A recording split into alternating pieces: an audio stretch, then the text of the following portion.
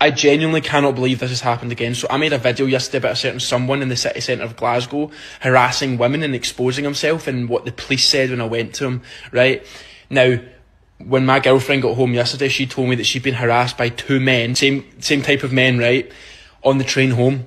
So she works, I'm not going to say exactly where, but a little bit outside of Glasgow. She was getting the train back to Central, and a couple of stops away, train conductor comes up to her and goes, "Do you know these men?" Now, my girlfriend's oblivious. She's on her phone. She's in her own wee world.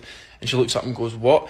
There was two, when it stopped at the platform, there was two men, right? Two men on the other side of the window just standing with their phones, taking photos and videos of her. Like, so brazen, not giving a fuck. Just proper, like, taking photos and all that of her without her consent, right?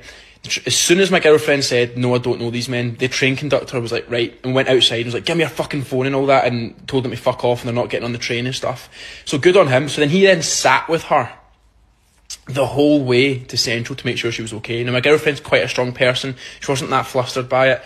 But what if those men were on the train? What if they were trying to get on the train? What if the train conductor wasn't there? Like, there's so many thoughts going through my head now, and I'm like, do I need to go to where she is? I think as the nights are getting darker, I think that's like a worry, you know? I want to make sure she's safe. And I think it's just sad that that's a pure worry. It is happening, like, all the time. And it's absolutely insane. It's so sad.